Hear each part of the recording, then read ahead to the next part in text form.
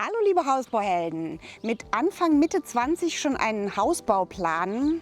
Lisa und ihr Mann haben es gewagt und dank vorgeplantem Aktionshaus von Schwörerhaus und viel Eigenleistung dabei auch kräftig sparen können. Bauen mit Hund war für die beiden damals noch kein Thema, aber mittlerweile ist Cane Corso-Hündin Kyla ein wichtiger Teil ihres Lebens und deshalb gibt es diesmal auch ganz viele gute Tipps fürs Bauen mit Hund.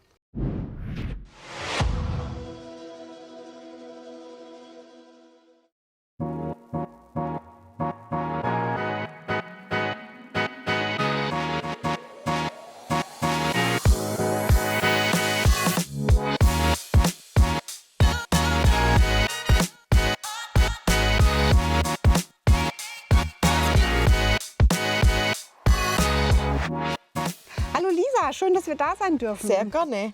Ihr habt euch ja für eine klassische Stadtvilla entschieden, vom Haustyp, also 2 volle Geschosse, Walmdach, 25 Grad, 50 Grad Dachüberstände, irgendwie ungefähr 10,30 Meter mal 8,50 Meter, 143 Quadratmeter Wohnfläche. Habt auf den Keller verzichtet aus Kostengründen. Ja. Hast du das schon mal bereut? Total, ja. Also wir hätten gern die ganze Technik eigentlich im Keller gehabt, aber dadurch, dass wir dann einfach aus Kostengründen gesagt haben, das funktioniert nicht, haben wir darauf verzichtet. Wir sehen nachher drinnen auch, was das dann fürs Erdgeschoss bedeutet. Aber jetzt haben wir erstmal noch hier euren schönen Garten. Den habt ihr auch komplett in Eigenleistung gemacht, wie du mir erzählt hast. Und man sieht ja, es geht so ein bisschen hoch und runter. Genau. Das ist aber ein bisschen mehr, als man so denkt auf den ersten Blick, oder? Ja, also man schaut sich das Grundstück an und denkt sich am Anfang, ach, das ist alles ganz eben eigentlich, aber es ist dann im Endeffekt doch ganz schön viel Arbeit, um das Ganze aufzufangen und abzuhängen. Das ist dann schon schwierig. Ihr hattet jemanden in der Familie, der euch die Erdarbeiten machen konnte. Das war, glaube ich, ein Riesen-Pluspunkt. Genau, das war mein Schwiegerpapa. Super, das ist natürlich immer perfekt. Ja. Und was ich hier gleich schon sehe, was jetzt ins Kostensparthema nicht so passt, ist diese wunderschöne Pergola. Ja. Das habt ihr euch, glaube ich, ein bisschen später gegönnt. Die kann eine ganze Menge, oder? Genau, also die haben wir uns in 2024 gegönnt. Haben wir lange drauf gespart. Einfach, ja, wie gesagt, aus Kostengründen. Aber wir haben hier komplett die Südwestseite an der Terrassenseite. Und dann haben wir gesagt, okay, da muss auf jeden Fall ein Sonnenschutz hin.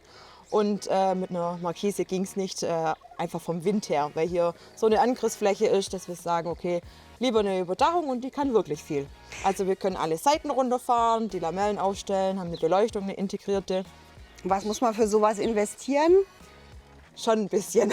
Also so circa 35.000 € waren das damals, ja. Okay. Und ihr habt beim Hausbau auch schon vorgeplant, dass da oben für die Befestigung dann irgendwie, dass da so ein Balken drin ist, Genau. und dass ihr auch einen Stromanschluss schon habt, Ja. damit man das dann auch alles hinterher anschließen kann. Ich sehe, ihr habt da auch eine sehr schöne Außenbeleuchtung und ich meine, ich habe die gleichen Lampen auch innen gesehen. Kann das sein? Genau, ja. Das ist ja eine coole Idee. Ja, wir haben die von außen auch innen verbaut, das einfach ein bisschen harmonischer oder ja, einfach ein bisschen übereinstimmt. Was muss man ja wahrscheinlich auch zusätzlich planen. Ne? So eine Außenbeleuchtung ist in so einem Aktionshaus jetzt nicht an allen möglichen Stellen drin. Ne? Da haben wir aber auch beim Haushersteller bei der Bemusterung auch schon die Punkte setzen lassen, wo wir die Außenbeleuchtung dann haben möchten. Habt ihr ansonsten vom Aktionshaus zu dem, wie es jetzt bei euch steht, viel geändert? Also war das möglich, da Sachen zu ändern? Ja. Also natürlich auch gegen Aufpreis. Also dieser Aktionspreis hat sich dann so einen Ticken verändert, aber wir konnten da auf jeden Fall einige Dinge trotzdem verändern. Du hast ja eben zu mir gesagt, es gibt so ein paar Tipps, wo du jetzt heute rückblickend mit Hund sagen würdest, wäre super praktisch, man hätte das ein bisschen anders. Ich glaube, ein Thema ist euer Außenwasserhahn, der jetzt da um die Ecke kommt. Ja. Also den würde ich auf jeden Fall ändern in einen Warmwasseraußenhahn. Also das wäre mir sehr, sehr wichtig.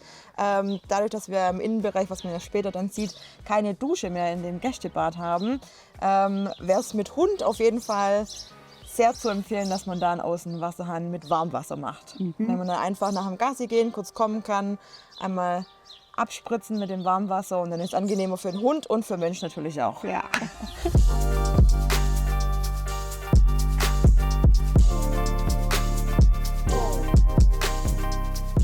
Der Wasserhahn ist ja auch eigentlich zur Außenbewässerung gedacht. Wobei, wenn man jetzt den Hund abspritzt, ist ja vielleicht die Lage neben dem Hauseingang gar nicht so schlecht. Aber du hast die Erfahrung gemacht, man kann den auch gar nicht überall hinsetzen. Ne? Nein, leider nicht. Also wir haben bei der Bemusterung auch gesagt, wir hätten den gern auf der Küchenseite, also eher Richtung Nordosten, auf die Seite, dass man einfach vom Gassi gehen einen kürzeren Weg hat. Aber ja, es ging dann einfach nicht und deshalb haben wir uns dann auch für was anderes zusätzlich für die Gartenbewässerung entschieden. Und zwar unsere Zisterne hier.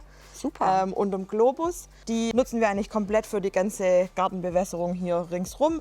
Und da haben wir einen Anschluss mit einer Pumpe und dann funktioniert das hervorragend. Könnt ihr hier euren Schlauch anschließen Genau. und dann alles ganz bequem. Genau. Wie viel Liter fasst die? 5000 Liter sind das. Da kann man schon eine Weile Ja, gießen. ja. Außer es ist mal eine richtige Hitzezeit mit 2 Wochen nur Sonne und kein Regen, dann wird es schwierig. Also dann müssen wir dann natürlich den Wasserhahn zusätzlich nutzen zum Bewässern. Ich habe gesehen, ihr habt das mit der Pflasterung so gemacht, dass ihr komplett ums Haus laufen Ja. könnt. Also ihr habt auch einen Zugang von hinten. Genau. Habt ihr das auch selber gemacht? Ja. Also das haben wir auch in Eigenleistung von der Planung her gemacht, weil wir gesagt haben, wir wollen auf jeden Fall einmal ringsrum ums Haus, um einfach auch die ganzen Gartenmöbel oder andere Dinge einfach ums Haus rum zum schieben können. Und das haben wir gesagt, machen wir es auf jeden Fall so.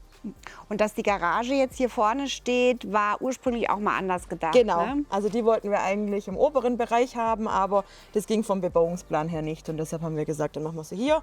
Und dann eigentlich auch der Bereich, dass er nicht so weitläufig wird, dass wir da einfach genug Platz noch vom Garten haben, haben wir es gesagt, machen wir es hier hin. Und die Pflasterarbeiten, das habt ihr aber schon machen lassen. Ja, das haben wir machen lassen. Also das war uns dann auch ein bisschen zu heikel, das selber zu machen. Über Eigenleistung sprechen wir gleich drin Ja. nochmal. Es gibt auch noch so 1, 2 Projekte, obwohl ihr schon seit 6 Jahren im Haus wohnt, die ihr noch vor euch habt. Ja. Und das würde ich mir jetzt gerne auch noch anschauen. Okay, perfekt.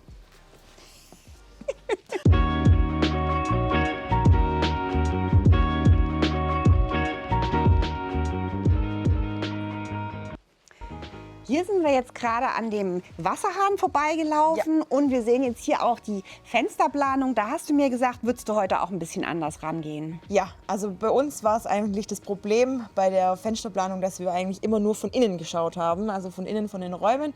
Ich würde es ein bisschen anders machen heutzutage, und zwar dieses Fenster hier in der Mitte.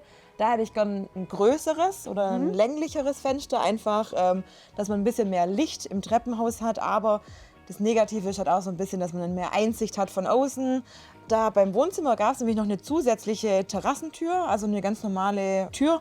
Auf die haben wir aber verzichtet, weil wir gesagt haben, wir haben das große Schiebeelement auf die Terrasse raus und das wollten wir und haben gesagt, nee, da wollen wir jetzt normales Fenster und keine Terrassentür mehr. Geht man sowieso nicht raus. Nee, Ne? da geht man nicht raus Ja. bei uns.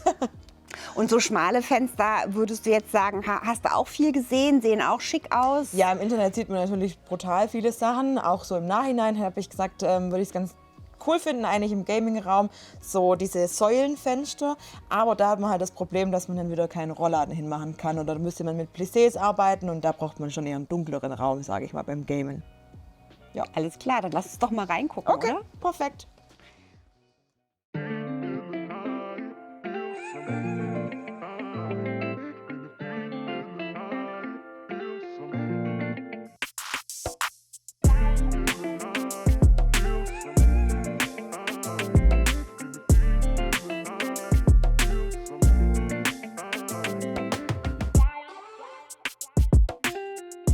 Ich habe jetzt gesehen, ihr habt kein Vordach vor der Tür.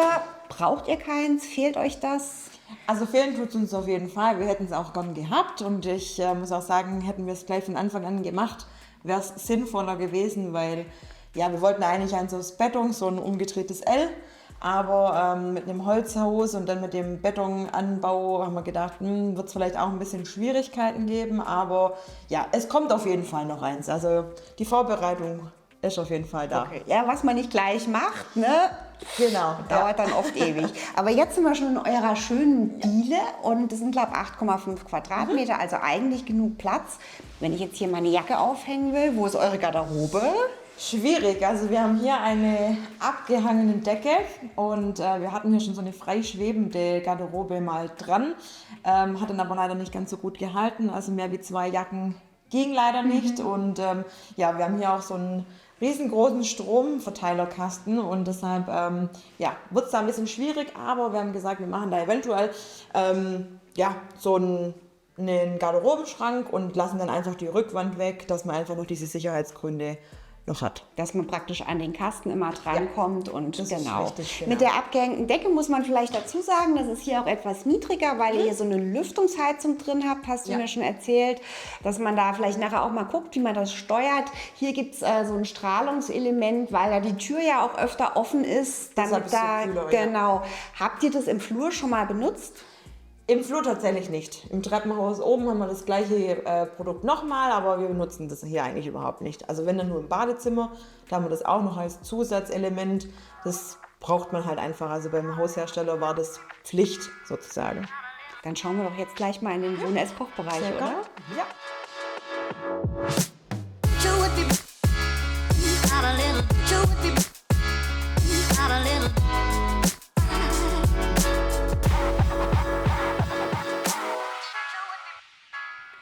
Wir haben gerade über die Technik gesprochen. Jetzt sehe ich, ihr habt hier das Panel und auch so ein bisschen Smart Home hier.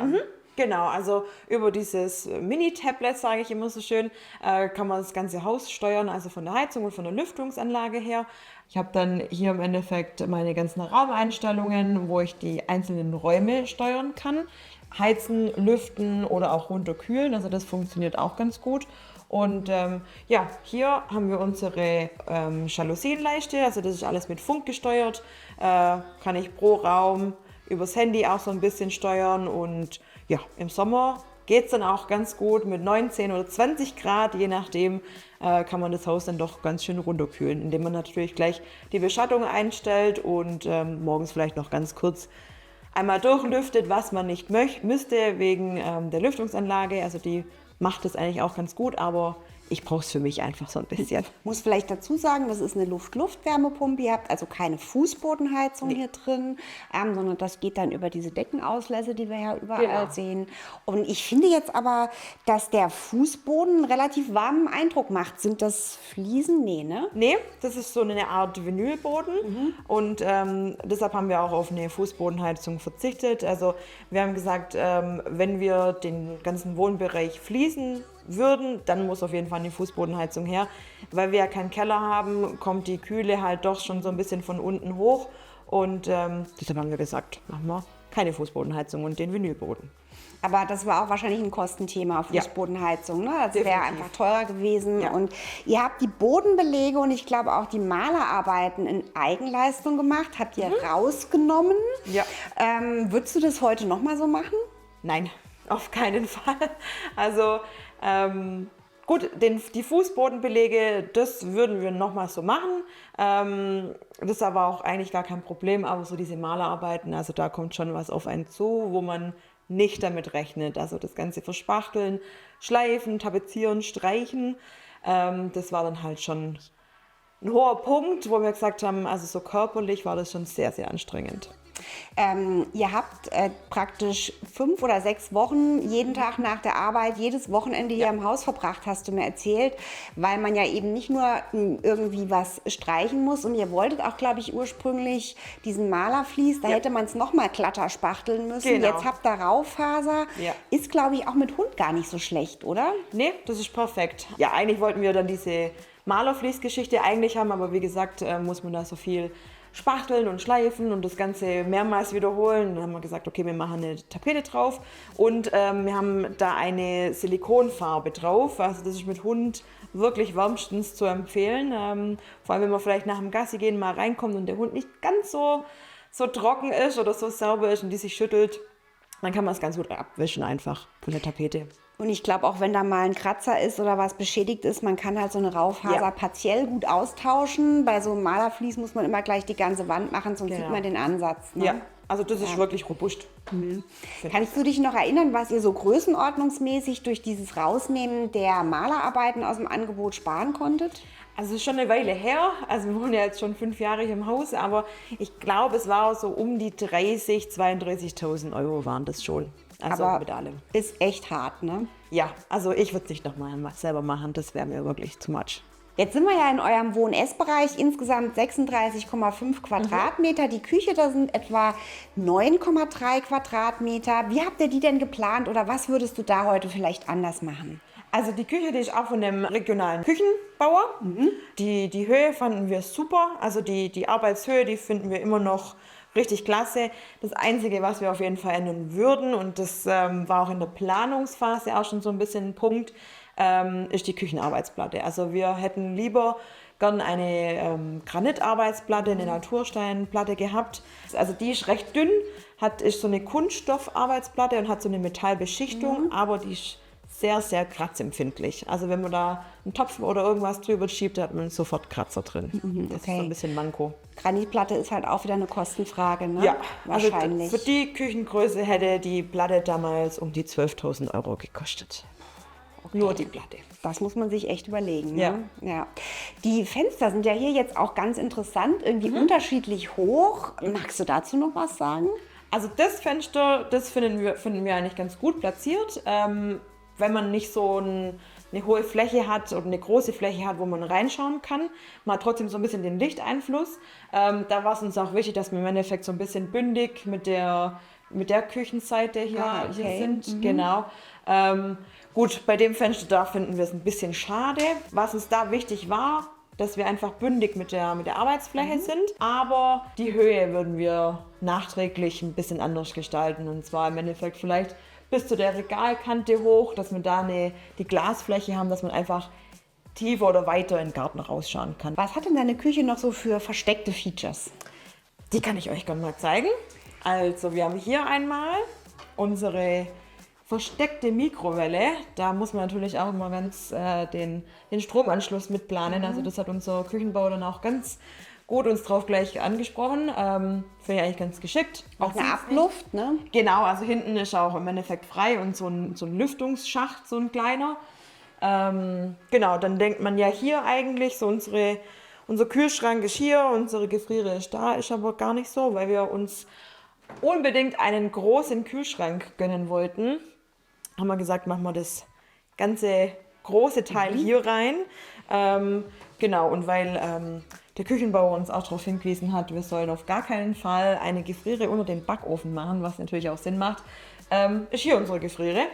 Also die ist mit 3 Schubladen, was man so für den täglichen Gebrauch nutzt, eigentlich ganz gut. Genau, wir haben nochmal eine größere Gefriere wegen Hund, weil der ja gebarft wird, draußen in der Garage. Da haben wir noch einen großen Gefrierschrank und da wird dann das alles genutzt. Ja, dann haben wir hier unser Karussell. Das geht einmal ringsherum.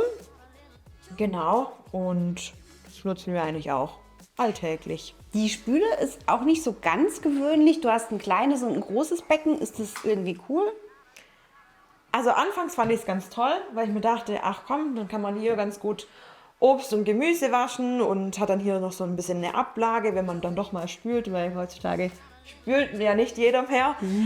Aber so Kleinsachen spüle ich dann schon. Aber ich muss sagen, ich würde mich heute für eine andere Spüle entscheiden. Also ich würde im Endeffekt das als Arbeitsfläche weiter nutzen und dann vielleicht so der Bereich als Spülbecken benutzen. Sprich, das Gemüse wäscht man doch immer anders und nicht in dem kleinen Teil. Das macht man nicht. Und hier auf der anderen Seite, ihr habt ja auch so einen Abzug nach unten. Genau, also es ist auch Umluft, also bei uns wegen der Energieeffizienzklasse, wo wir vom Haushersteller haben wir gesagt, wir machen keine Dunstabzugshaube. Das wollten wir einfach nicht aus optischen Gründen, deshalb haben wir uns für die entschieden und das geht dann alles wieder in den Raum. Und dann haben wir uns hier für so einen Apothekerschrank entschieden, dass man einfach alles gleich griffbereit hat. Hier unten sind im Bereich Pfannen und Töpfe und hier dann Gläser, Tassen, Teller und Besteck.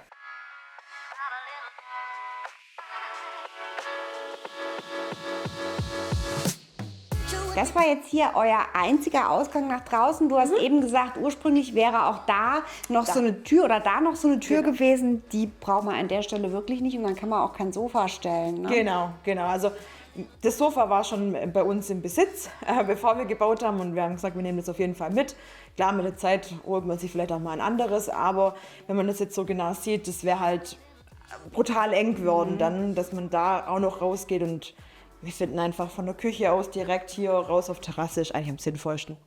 Ein Projekt, das ihr noch vor euch habt, ist der Ofen. Also den Schornstein habt ihr vom Haushersteller schon mitgenommen. Den muss man ja einplanen sozusagen. Aber da möchtest du auch noch ein bisschen was anderes haben. Genau, also da hätte ich super gern so einen Kamineinbausatz, also wie so eine Art Kachelofen eigentlich, dass es einfach geschlossen ist. Ich finde es einfach ein bisschen schöner und deshalb das ist noch so in unserer Projektphase noch mit drin.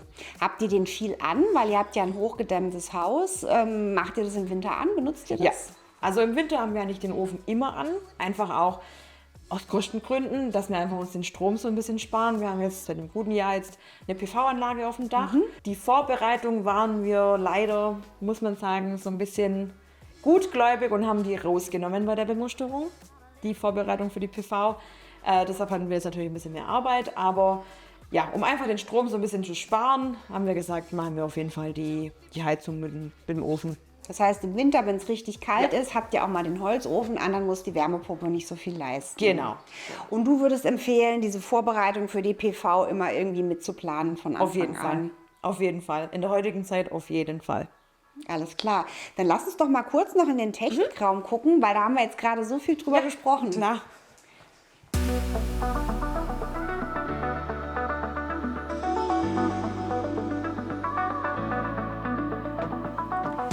Ja, euer Technik- und Hauswirtschaftsraum sind, glaube ich, 5,7 Quadratmeter. Ist Ja. nicht so wahnsinnig groß, ist aber schon größer, als er ursprünglich gewesen wäre. Genau, also wir hätten eigentlich hier in dem Bereich noch eine Dusche gehabt, im Gästebad, da kommen wir nachher noch gleich dazu. Aber wir wollten einfach den Technikraum so ein bisschen größer haben, einfach auch, dass wir so ein bisschen mehr Platz haben für die Waschmaschine und den Trockner. Und hinter der Tür haben wir noch so einen Wäscheabwurfschacht. Das war uns ganz, ganz wichtig.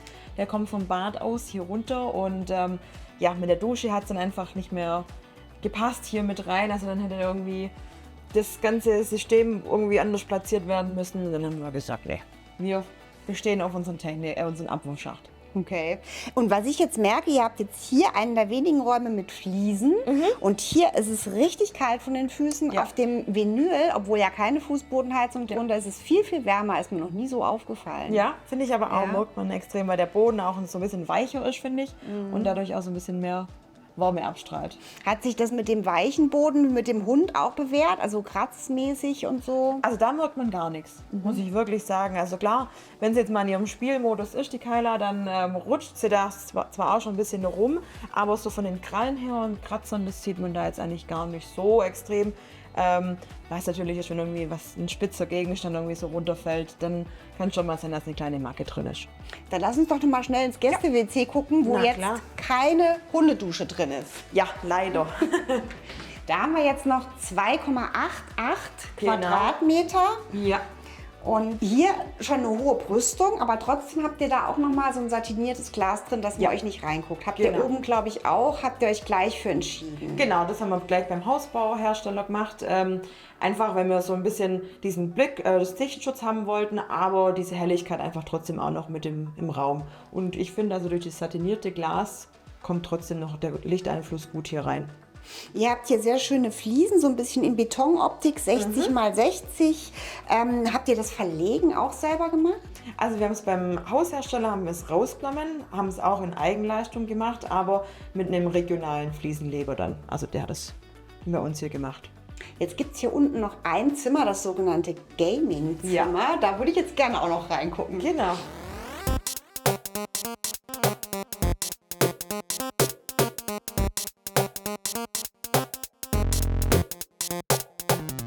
Das ist so das Spielzimmer deines Mannes, nehme ich an, oder bist Genau. du auch Gamerin? Also nee, Gamerin bin ich nicht, aber noch habe ich meinen Homeoffice-Bereich hier in dem Feld, aber das Ganze soll mal nach oben wandern. Da haben wir noch 2 Räume, die noch nicht genutzt werden und da soll mein Homeoffice-Bereich dann sein, dass er so seine Ruhe hat.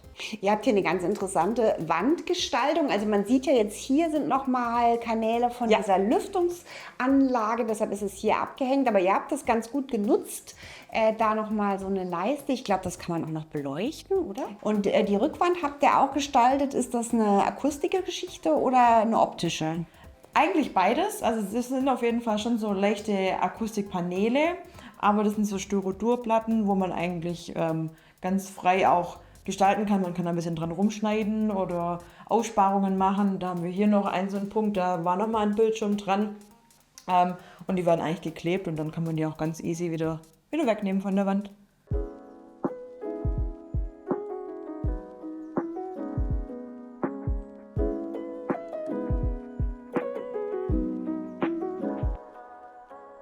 Was habt ihr denn hier noch? Das ist die einzig weiße Tür in eurem Haus, oder? Genau, das haben wir ganz bewusst so gemacht, weil wir ja hier im Gamingraum die Ureiche-Türen haben, hier die Buche-Keil-gezinkte Treppe. Und dann haben wir gesagt, okay, wir haben keinen Keller, wir haben nur den kleinen Technikraum und wollten auf jeden Fall noch so ein bisschen im Erdgeschoss eine Abstellfläche und vielleicht so eine Aufbewahrungschance. Und deshalb haben wir hier unseren kleinen, aber feinen Speiseraum. Cool. Und da haben wir so ein paar, Konserven, der Staubsauger steht da drin, die ganzen Hundeartikel sind hier mit dran, dass man sie einfach gleich griffbereit hat, ja. Und deshalb auch eine geschlossene Treppe. Das heißt, ihr habt hier nochmal 2 Quadratmeter gewonnen und die Treppe musstet ihr ein bisschen umgestalten. Genau, also geplant war eigentlich eine offene Treppe, aber wir wollten ja dann, wie gesagt, die Speisekammer haben und mit Hinblick auf unseren Hund, auf die Kyla, war es natürlich dann auch klar, dass wir die Treppe zumachen, weil Hunde halt doch schon so ein bisschen ein Problem haben. Also bei ihr war es zumindest so, mit einer offenen Treppe. Also wenn man durch die Stufen durchschauen kann, das ist so ein bisschen schwierig dann. Ja, und eigentlich wäre die Treppe auch komplett in Buche-Keil gezinkt gewesen, also auch hier die ganzen weißen Elemente. Und dann haben wir gesagt, okay, das wäre uns jetzt einfach zu viel Holz, vor allem mit der Ureiche, mit dem Türblatt. Und dann haben wir gesagt, machen wir es so. Und wichtig war uns bei der Treppe auch, dass wir die 3 ersten Stufen frei haben. Dass da kein Geländer Dass das ein bisschen luftiger und großzügiger ist. Ja. Du hast mir gesagt, ihr hattet auch mal überlegt, hier das Holz was anderes zu nehmen, das zu den Türen passt. Ja. Wie ist das denn überhaupt mit Holz und Hundepfoten und rutschig und so? Ist das auch ein Thema? Ja, also ganz am Anfang wollten wir auf jeden Fall so eine Walnussoptik vom Holzton her, war dann aber einfach zu kostenintensiv. Dann haben wir gesagt, okay, wir nehmen die Version, sind wir auch jetzt ganz glücklich damit, weil die Kyla schläft bei uns oben im Schlafzimmer und die streckt sich immer morgens ganz gern. Und das sind schon die ein oder anderen Kratzer auf dem Holzboden oder auf den Holztreppen und Aber mit dem Rutschigen hat sie kein Problem oder ist sie euch schon mal die Treppe runtergerutscht? Die ist schon mal runtergefallen, ja. Dann haben wir eine Trainingseinheit draus gemacht, haben gesagt, also du läufst bitte hier ganz an den großen Trittflächen entlang und es funktioniert auch ganz gut. Sie läuft jetzt ganz langsam runter, weil ich finde es ganz arg hässlich, muss ich wirklich sagen, diese Teppiche, wo man da so draufkleben kann, vor allem wenn man die wieder wegmacht, dann hat man halt diese ganzen Rückstände dran und vielleicht verändert sich dann die Farbe auch vom Holz außenrum und das haben wir gesagt, finden wir ganz furchtbar, das wollen wir auf gar keinen Fall und sie läuft ja nur einmal am Tag hoch. Dann laufen wir doch jetzt auch mal hoch, oder? Klar.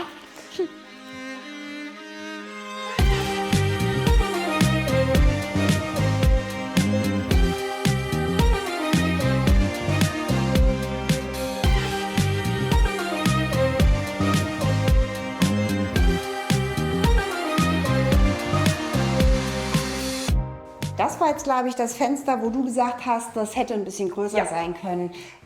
Aber aufmachen kann man das da eh nicht, ne? Also man könnte es theoretisch schon aufmachen, da ist ja auch ein Griff dran, aber man kommt halt nicht hin. Dieser Flur wäre eigentlich im Standardgrundriss größer gewesen. Da war, glaube ich, noch so eine kleine Galerie hier seitlich, wo du gesagt hast, wozu braucht man die, ne? Genau, also ich glaube, die war so um den Meter 20, sowas breit und wäre dann im Endeffekt von hier noch dann nach hinten gegangen und habe ich gesagt, das brauchen wir nicht wirklich. Das ist verlorener Platz und somit haben wir uns dann auch für ein größeres Bad entschieden. Die Galerie ist so ein bisschen raus und das Bad dadurch ein bisschen größer. Da habt ihr jetzt 12 Quadratmeter und euch richtig schön ausgetobt. Genau. Scheiße, Entschuldigung. Jetzt habe ich leider die Pflanze mitgenommen.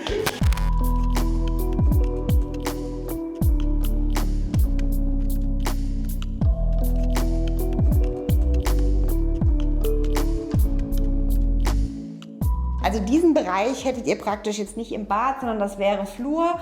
Und so konntet ihr jetzt das Ganze vom Grundriss ein bisschen ändern, ne? Genau. Also gerade dieser Schlauch, sage ich mal, nach hier hinten, das wäre der Bereich von der Galerie gewesen. Somit wäre die Badplanung auch komplett anders gestaltet gewesen. Also wir hätten dann die Toilette, wäre dann eher so in den Bereich hier gefallen, wo jetzt aktuell der Waschtisch steht. Gut, und im Endeffekt haben wir uns dann für diese ganze Teelösung entschieden. Das fanden wir einfach am schönsten. Alles so ein bisschen versteckt, die begehbare Dusche in dem Bereich, hier die Toilette, die Badewanne. Das war auch ein sehr, sehr großes Diskussionsthema bei meinem Mann und mir. Okay. Ich wollte nämlich überhaupt keine Badewanne, weil ich es immer nur als Ablagemöglichkeit sehe. Aber er hat sich durchgesetzt, wir haben jetzt eine Badewanne und ich muss sagen, ich bin auch happy damit. Und eure Dusche, die jetzt da hinten versteckt ist, hat nochmal besondere Fliesen an der Wand. Da hat es auch nochmal was mit auf sich. Du wolltest eigentlich möglichst gar keine Fugen da drin haben. Ganz schlussendlich wollte ich eigentlich ein fugenloses Bad mit Mikrozement, aber das ist natürlich auch wieder so ein hoher Kostenfaktor. Und in dem Jahr, wo wir gebaut haben, da war das auch einfach ein bisschen schwierig und war das noch gar nicht so aktuell mit diesen Mikrozement-Geschichten. Und dann haben wir gesagt, okay, nee, wir machen lieber das mit den Fliesen. Und dann wollte ich eigentlich diese eine Fliese nicht, also Fuge, die Fuge wollte ich nicht in der Mitte im Endeffekt, weil die Fliesen haben jetzt 1,20 Meter auf 1,20 Meter und normalerweise hätte die Fliese eigentlich 2,40 Meter gehabt. Aber da haben wir dann auch auf den Fliesenleger gehört und haben gesagt, wir machen auf jeden Fall eine Fuge, weil wenn man da irgendwie sich verbohrt oder irgendwas mal platzt, dann muss man halt nur 1,20 Meter Fliese austauschen. Wenn wir noch ein bisschen was ändern hätten können, dann hätten wir uns schlussendlich noch dafür entschieden, dass wir hier oben die Wand nicht ganz bis zur Decke gezogen hätten, weil wir dann einfach so ein bisschen den Dampf besser zirkulieren hätten können im Badezimmer. Das wäre noch so ein kleiner Punkt am Rande. Diese großen aufgesetzten Waschbecken, Mineralguss, so ganz flach, hat sich das bewährt? Das würde ich tatsächlich, glaube ich, nicht mehr so machen, weil wir Frauen, wenn man sich vielleicht ein bisschen schminkt oder irgendwie so, das frisst sich schon ziemlich stark rein. Also ich muss da schon mit ordentlich Putzmittel dann ran, wenn ich dann sehe, okay, da habe ich jetzt einen Tropfen Mascara oder irgendwie getönte Tagescreme, dann ist es ein bisschen schwierig, ja, das da rauszukriegen.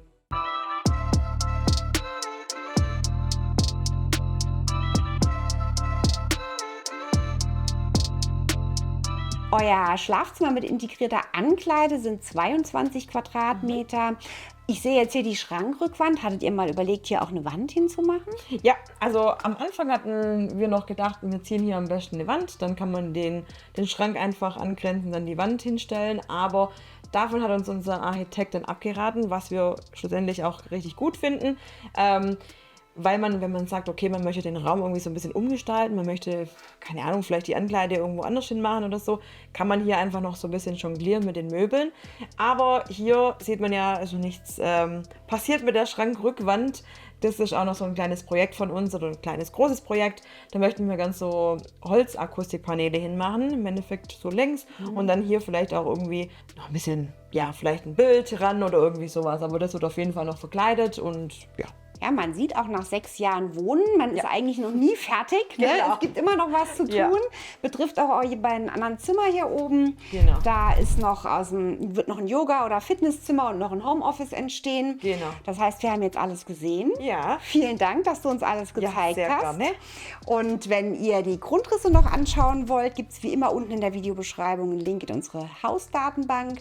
Wenn ihr noch mehr Videos von uns schauen wollt, dann abonniert doch unseren Kanal, am besten mit Glocke, denn dann verpasst ihr auch alle weiteren Videos nicht von und für Hausbauhelden.